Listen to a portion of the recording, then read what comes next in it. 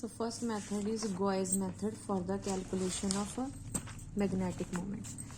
तो सबसे पहले हमें नज़र आ रहा है ये एक गॉइस बैलेंस है जो सिंपल डिवाइस हम यूज़ करते हैं for the calculation of magnetic moment, that is Gouy's balance, right.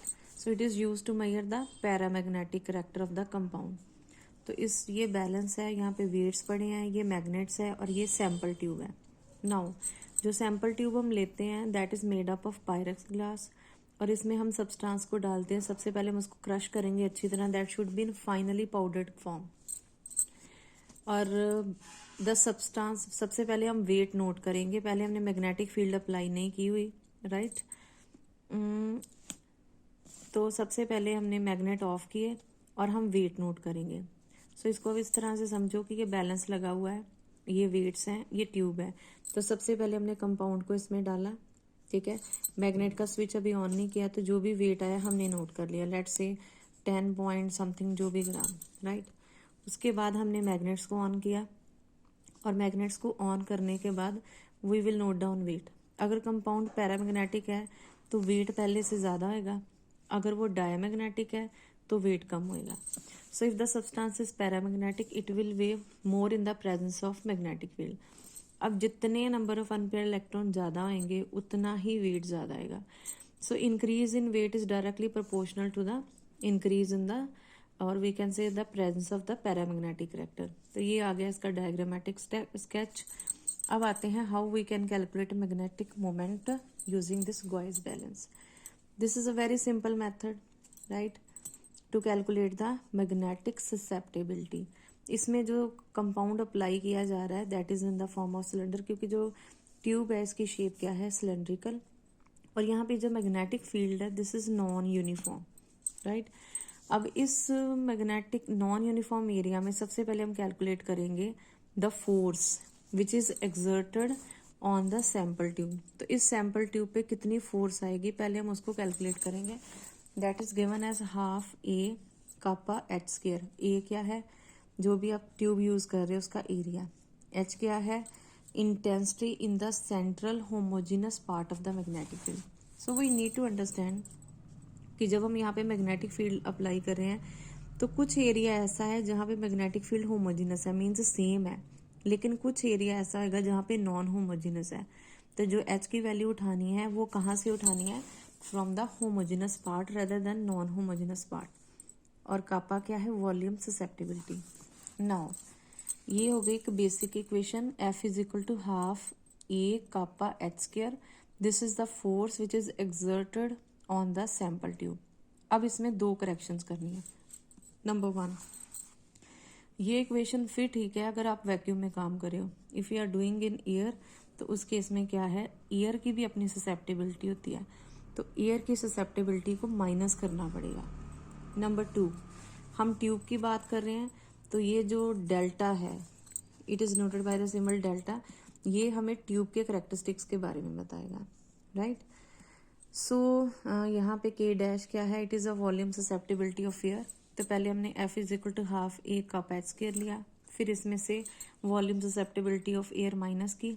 उसके बाद नेक्स्ट फिर दिमाग में आया कि नहीं जी, गॉइस ट्यूब जो होती है वो भी तो एक हॉलो स्पेसिमन है, वो भी तो फोर्स एक्सर्ट करेगी.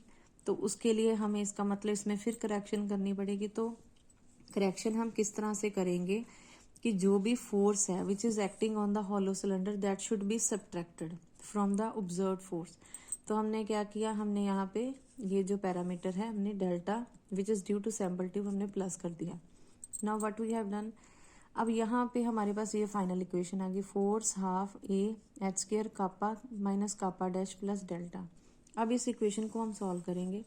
तो first thing we need to understand is for a sample of constant, चलो, for a sample of constant length and cross sectional area, यानी कि अगर कोई इस तरह का सैम्पल है जहाँ पे उसकी मतलब ये हमारे पैरामीटर कांस्टेंट है कि उसकी ए की वैल्यू कांस्टेंट है, तो हम क्या कर सकते हैं, ये जो ए H square it will be constant, यानी कि हमने इसको क्या कर दिया, इसको उसकी वैल्यू से हम रिप्लेस कर देंगे.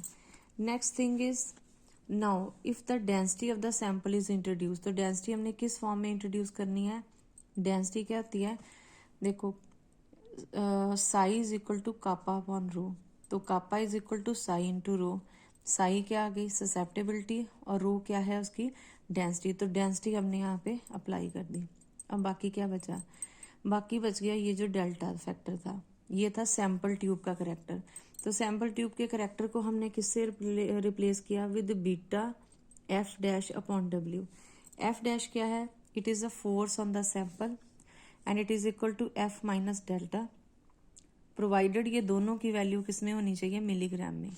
बीटा क्या है कि हमने बोला ये ट्यूब का करेक्टरिस्टिक है, तो फोर्स भी कौन सी थी, that was which is acting on the sample, और बीटा क्या है, it is a tube calibration constant. So what we have done, हमने सारे पैरामीटर्स को इधर अप्लाई कर दिया, और जब ये इसको करेंगे तो ये हमारे पास सिंप्लीफाइड फॉर्म में आ जाएगी, ये इक्वेशन इसमें कन्वर्ट हो जाएगी। So we are getting 10⁻⁶ psi is equal to alpha plus beta F dash upon W. W क्या है, कंपाउंड का वेट ग्राम में। अल्फा क्या है, it is a constant allowing for the displaced air and it is equal to 0.029। तो हम इस तरह से कह सकते हैं कि हमने ये करेक्शन लगाई है ना, तो इसमें तीन चीजें थी, force acting on the air, then force acting on the sample tube, air का फैक्टर था, सैंपल ट्यूब का फैक्टर था। तो एयर के फैक्टर को रिप्लेस कर दिया अल्फा से। ये जो पैरामीटर है हमने कहा कि अगर ये सारा कुछ यूनिफॉर्म है, कांस्टेंट लेंथ है, एरिया, तो ये these factors they become constant. ये जो डेल्टा था ये किसका फैक्टर था, delta is the factor of, it is the parameter of tube. तो इसको हमने किससे रिप्लेस कर दिया, with beta which is tube calibration constant. So F dash is the force which is acting on the sample and it is given as F minus delta. Again delta क्या था, force due to sample tube, और provided both they should be in the milligrams. तो ये आ गया इसको solve करके। Another thing, जब भी हम ये गॉइज मेथड अप्लाई करेंगे तो सब सैंपल ट्यूब में अपने कंपाउंड को डालने से पहले we will use a compound, a standard substance which is mercury tetra thiocyanato cobaltate 2। इस कंपाउंड को हम यूज करेंगे। पहले हम इसको चेक करेंगे, इसकी वैल्यू होती है 16.44। तो इसको हम कैलिब्रेट करने के लिए यूज करेंगे, दिस इज द स्टैंडर्ड। तो हमने क्या किया, हमने सारा कुछ ऑन किया, इस कंपाउंड को डाला, हमने वो वैल्यू नोट की कि वो कितनी होनी चाहिए, इतने टेम्परेचर पे इतनी वैल्यू होनी चाहिए। अगर वो हो जाता है दैट मीन्स हमारा कम जो बैलेंस है कैलिब्रेटेड है। अगर वैल्यू ऊपर नीचे आती है तो हमें इसको ठीक करना पड़ेगा, इसको कैलिब्रेट करना पड़ेगा। ज़्यादा आ रही है तो कम करना पड़ेगा, कम आ रही है तो ज़्यादा करना पड़ेगा।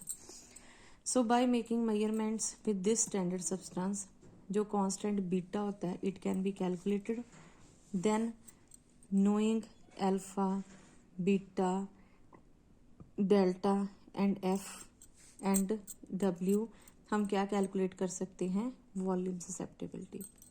Now coming to advantage of Gouy's method. अब जैसे गॉइज बैलेंस नज़र आ रहा है, बहुत सिंपल है, इजी टू असेंबल किया हुआ है ना, सब कुछ इकट्ठा जोड़ के लगाया हुआ है।